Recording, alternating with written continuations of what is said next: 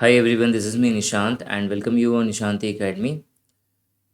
This is the General Accounting Principle Part O, in which we will deal with syllabus that will be covered on this channel and different sources with which I have made this series. General accounting principle का ये part ओ है जिसमें हम लोग सबसे पहले general accounting principle के का सिलेबस देखेंगे जो मैं अपने इस चैनल पे कवर करूँगा और सोर्सेज जानेंगे कि क्या क्या सोर्सेज हैं जिसके थ्रू जो है मैंने ये सिलेबस को बनाया है। इसकी series 6 December that is tomorrow, कल से ये आ रही है और कल रात तक मैं इसका फर्स्ट पार्ट या फिर आइदर मैं फर्स्ट पार्ट और फर्स्ट 2-3 चैप्टर जो हैं वो बेसिक लेवल के हैं, तो हो सकता है मैं आपको 2 वीडियोज़ एक साथ दे दूँ। इस सीरीज़ को बनाने से पहले मैंने कुछ एजम्पशन करा है। पहला एजम्पशन ये है कि मैंने ये मान लिया है कि आपको अकाउंटिंग का ए भी नहीं पता और इसीलिए मैं अकाउंटिंग की ये जो सीरीज़ लेकर के आया हूँ उसमें आपको स्टार्टिंग के कुछ चैप्टर बहुत ही बेसिक लेवल के मिलेंगे। मतलब आप समझ लो कि अकाउंटिंग का ACOUNT ऐसे मिलेगा, ठीक है। और दूसरा जो एजम्पशन है ये एजम्पशन क्या है ये पता है ये सबको, मेरे कमेंट्स आप चेक कर लेना। मेरे पास हिंदी मीडियम वाले भी स्टूडेंट हैं, बच्चे हैं जो मुझ पर ट्रस्ट करते हैं और इंग्लिश मीडियम वाले भी हैं।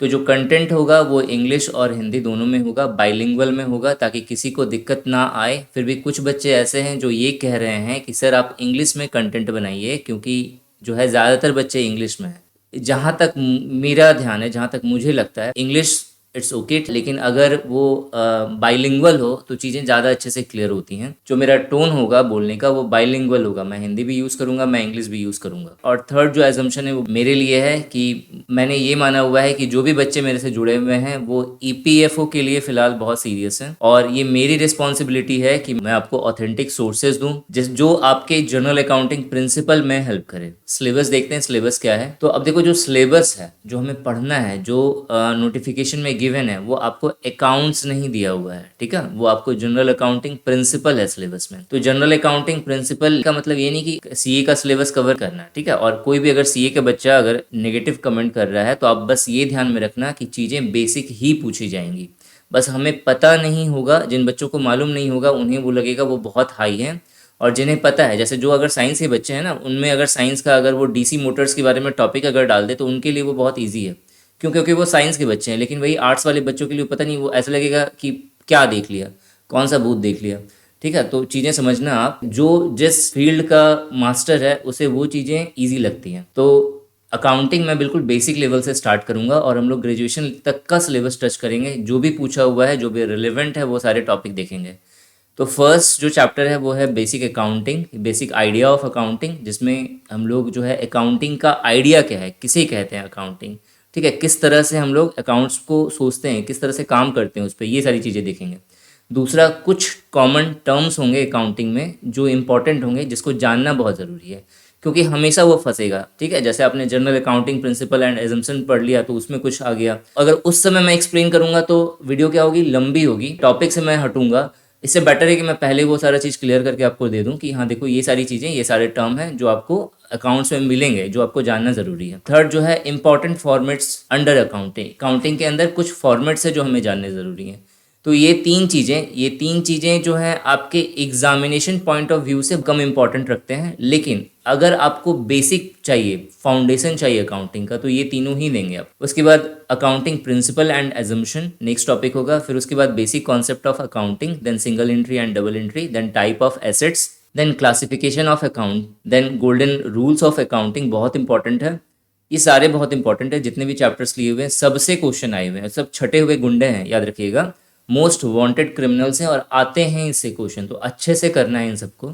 उसके बाद है accounting equation and its approach, general, then next chapter is ledger, then subsidiary book, cash account, bank reconciliation statement, trial balance, rectification of error, capital and revenue transaction, then depreciation, profit and loss account, balance sheet, bill of exchange, not for profit organisation, consignment account बहुत important chapter है, branch account, partnership account, company act 2013, then valuation of inventory and financial ratio, इतने सारे chapter हैं जो cover करने हैं। 1-2 दिन में आपको 4-5 चैप्टर्स के लगातार वीडियोस डाल दूंगा ताकि आपका स्टार्टिंग का एक फाउंडेशन आपका अच्छे से बन जाए, फिर हम उसके बाद आराम से सारी चीज़ें पढ़ेंगे। और सिलेबस जैसे मैंने बताया कि आपको मैं जनवरी मिड तक ख़त्म कर दूंगा, तो ख़त्म कर दूंगा, आप उसके लिए निश्चिंत रहना।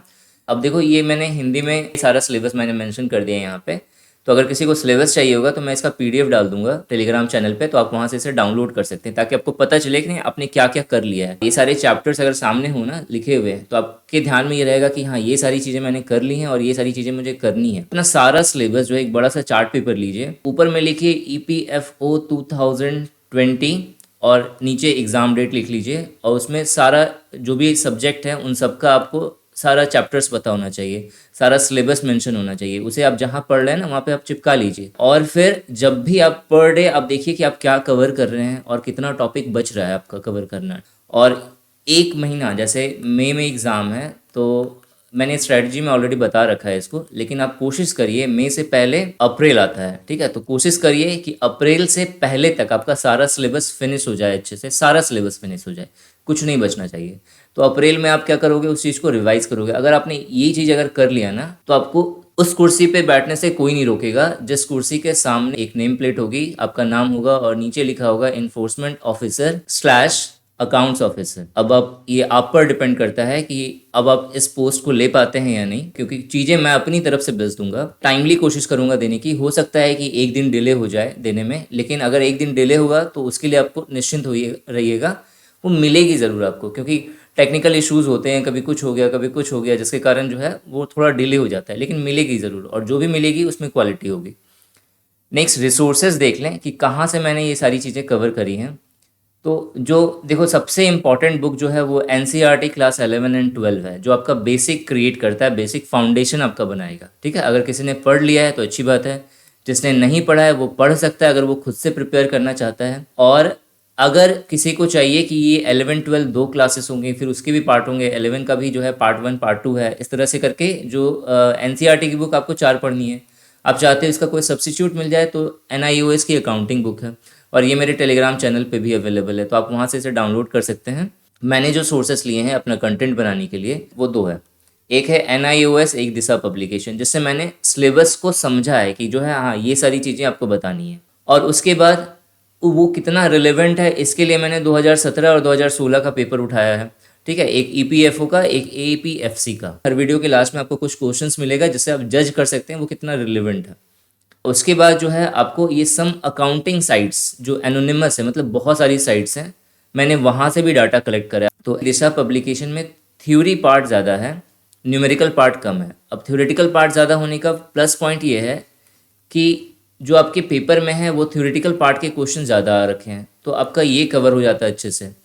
NIOS की अकाउंटिंग पढ़ने से ये है कि उन्होंने सारी चीज़ें क्लियर करी हैं, थ्योरी पार्ट करवाया है, फिर उसका न्यूमेरिकल भी आपको समझाया है, उसका फॉर्मेट भी आपको समझाया है। NCERT क्लास 11 एंड 12 अगर ये आप पढ़ रहे हो तो इसका प्लस पॉइंट ये है कि ये बेसिक बुक है, माइनस पॉइंट ये है कि चीज़ें बहुत लेंदी वे में लिखी हुई हैं, क्लियर कट मेंशन नहीं है चीज़ें, ठीक है। तो क्या होता है, टाइम कंज्यूमिंग है पढ़ने का। अब इसमें अच्छा बात यह है कि जैसे पढ़ने की का आर्ट मालूम है, जैसे पढ़ने की कला पता है, तो वो क्या करेगा ना, उस लाइन के बीच का उसका मतलब निकाल लेगा, ये ध्यान रखिएगा। तो मैंने 11-12 के भी लिए हैं कुछ सेक्शन इससे, लेकिन जो मुझे लगता है ना कि ये रिलेवेंट है और ये NCERT में बेस्ट है, और इससे अच्छा कि कहीं और नहीं लिखा है, मैंने उस चीज़ को नोट डाउन करा है। तो ये सारे सोर्सेस हैं जिसके थ्रू मैंने सारी चीज़ें बनाई हैं।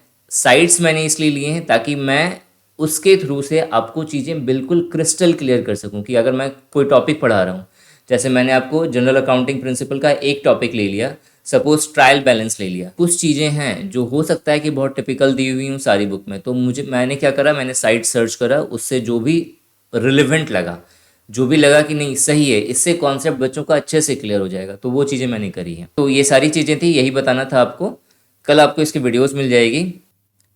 Thanks for watching and wish you good luck for your paper.